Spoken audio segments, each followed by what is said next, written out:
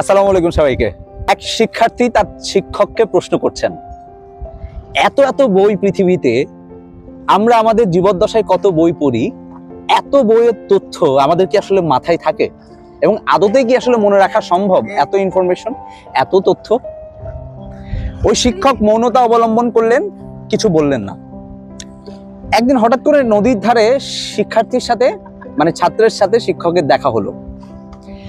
যখন দেখা হলো, এই যে আমরা এখন আছি বুড়িগঙ্গার পাশে, বুড়িগঙ্গার একদম মাঝখানে আছি, এরকম একটা নদীর পাশে দেখা হলো। ওই শিক্ষার্থীকে শিক্ষক ডাকলেন এবং নদীর ধারে একটা বড় পাত্র, মোটামুটি এরকম একটা পাত্র পড়েছিল, ময়লার ভাগাড়ের মধ্যে পড়েছিল। তো শিক্ষক বললেন যে ওই পাত্রটা নিয়ে আসো এবং ওই পাত্রটা দিয়ে নদী থেকে আমার জন্য পানি নিয়ে আসবা।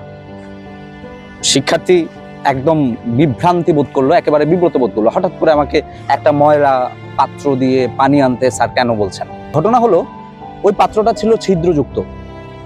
শিক্ষার্থী একটু বিব্রত বোধ করলো, ঘুরিয়ে ফেললো। এই ছিদ্রযুক্ত পাত্র দিয়ে পানি আনা কি আসলেই সম্ভব কিনা? শিক্ষক বললো যে তুমি নিয়ে আসো। ওই শিক্ষার্থী ওই পাত্রটাকে ময়লাযুক্ত জায়গা থেকে নিল এবং এই বুড়িগঙ্গার নদী থেকে জল নিয়ে শিক্ষকের কাছে নিল। কিন্তু যখন জল নিতে আসলো, তখন দেখা গেল যে সে জল ভরে যখন পাত্র নিচ্ছে, তখন তার পাত্রর ছিদ্র দিয়ে জলগুলো পড়ে যাচ্ছে। কিছুক্ষণ পর গিয়ে সে আবার আসলো, আবার পাত্র ভরলো, আবার গেল, আবার আসলো, আবার গেল। এই চক্রটা কিছুক্ষণ চললো এবং দেখা গেল এই চক্রের মধ্যে ওই পাত্রের মাধ্যমে পানি নেওয়া আসলে কোনোভাবে সম্ভবপর হচ্ছে না। শিক্ষার্থী এক পর্যায়ে ব্যর্থ হয়ে শিক্ষকের কাছে গিয়ে বলল, দুঃখিত স্যার, আমার দ্বারা আসলেই সম্ভব না এই ছিদ্রযুক্ত পাত্র দিয়ে এই নদী থেকে পানি আপনার জন্য নিয়ে আসা, আমি ব্যর্থ হলাম। শিক্ষক মৃদু মুচকি হেসে বললেন, তুমি ব্যর্থ হও নাই।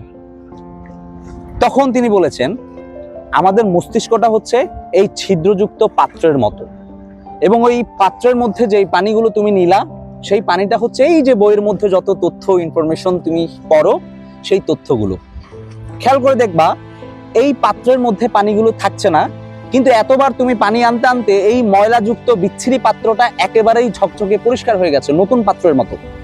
ঠিক আমাদের মস্তিষ্ক যখন আমরা বই পড়ি, তখন বইয়ের সকল তথ্য আমাদের মাথায় থাকে না, কিন্তু ওই বইটা থেকে যে অনুভূতি, যে আবেগ, যে উপলব্ধি বোধ আমাদের জাগ্রত হয়, আমরা জীবনকে দেখার যে নতুন দৃষ্টিকোণ তৈরি হয়, সেটা আমাদেরকে অনেক বেশি প্রভাবিত করে, আমাদের মস্তিষ্ককে অনেক পরিষ্কার করে।